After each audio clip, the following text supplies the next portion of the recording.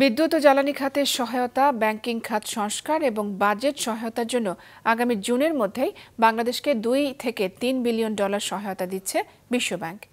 এদিকে দেশের গ্যাস সংকট নিরসন এবং আদানি গ্রুপের অর্থ পরিশোধে বিশ্বব্যাংক এবং এডিবির কাছ থেকে আলাদাভাবে $2 বিলিয়ন সহায়তা চেয়েছে সরকার। রিপোর্ট করছেন মহসিন আশরাফ।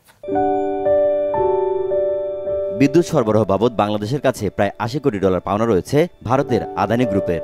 এই অর্থ দ্রুত পরিশোধের জন্য প্রধান উপদেষ্টার কাছে চিঠি দিয়েছেন গ্রুপের চেয়ারম্যান গৌতম আদানি। ধারণা করা হচ্ছে এই অর্থ পরিশোধ করা না হলে ব্যাহত হতে পারে বিদ্যুৎ সরবরাহ। আজ সচিবালয়ে দেশে গ্যাসের মজুদ পরিস্থিতি এবং ভোলায় গ্যাসের সন্ধান নিয়ে বৈঠকে উঠে আসে আদানির অর্থ পরিশোধের বিষয়টি। গ্যাসের বিল দিতে পারি এবং আমরা বিদেশ থেকে যে বিদ্যুৎ কিনি সেটার বিল দিতে পারি। এটা আমরা $1 বিলিয়ন ইয়ের সাথে চেয়েছি, বিশ্বব্যাংকের কাছে চেয়েছি, আর $1 বিলিয়ন চেয়েছি আমরা ইয়ের কাছে, কে বলে এশিয়ান ডেভেলপমেন্ট ব্যাংকের কাছে। ডলার সংকটের কারণে সামনে বিদ্যুতের সংকট হবে এমন আশঙ্কাও করা হচ্ছে। বিষয়টি নাকচ করে দেন জ্বালানি উপদেষ্টা। জানান 100টি কূপ খননের সিদ্ধান্ত হয়েছে।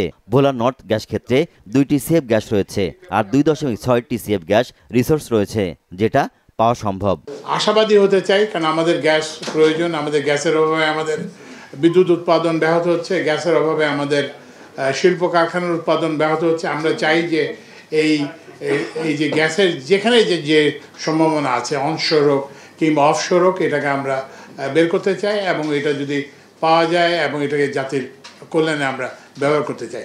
লোডশেডিং মনে হয় 1 দিন না 2 দিন ছিল। এরপরে লোডশেডিংয়ের কতগুলো কারণ ছিল, সেগুলো কিন্তু হচ্ছে যে ওই যে বললাম যে এক সময় রামপাল বন্ধ হয়ে গেছিলো, বড় পুকুরের একটা ইউনিট বন্ধ হয়ে গেছিলো এবং আদানি থেকে সরবরাহ, এবং তখন আবার ওই যে ভাদ্র মাসের গরম যেটাকে বলে, একদিকে বিদ্যুতের চাহিদা বেড়ে গেছিলো, আরেকদিকে বিদ্যুতের সরবরাহ একটা, তো সেটা আমরা মোটামুটি এখন কাটিয়ে এসেছি এবং আমরা অতিরিক্ত গ্যাস এখন দিতে দেওয়া হচ্ছে। তো সুতরাং লোডশেডিং এখন। এদিকে অর্থ উপদেষ্টার সাথে বৈঠক শেষে বিশ্বব্যাংকের দক্ষিণ এশিয়া অঞ্চলের ভাইস প্রেসিডেন্ট জানান, বাজেট সহায়তা সহ গুরুত্বপূর্ণ খাতের চাহিদা মেটাতে $2 থেকে $3 বিলিয়ন দিচ্ছে বিশ্বব্যাংক। We have looked at what resources we can mobilize for Bangladesh from the funds that we have available in IDA, and we're looking at a figure around maybe a little more than $2 billion for our fiscal year, which runs until June next year. So whenever the projects are ready that we're discussing, that money can then be mobilized. Some of it will be for budget support, for sure, and some of it will be for important projects in other sectors, in the health sector, in the energy sector, where there are also funding needs.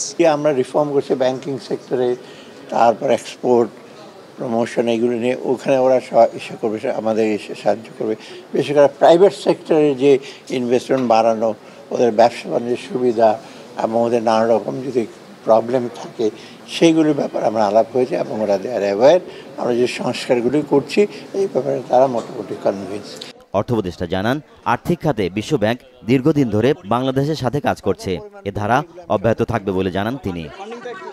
Mohsin Ashraf, মাছরাঙা সংবাদ, ঢাকা।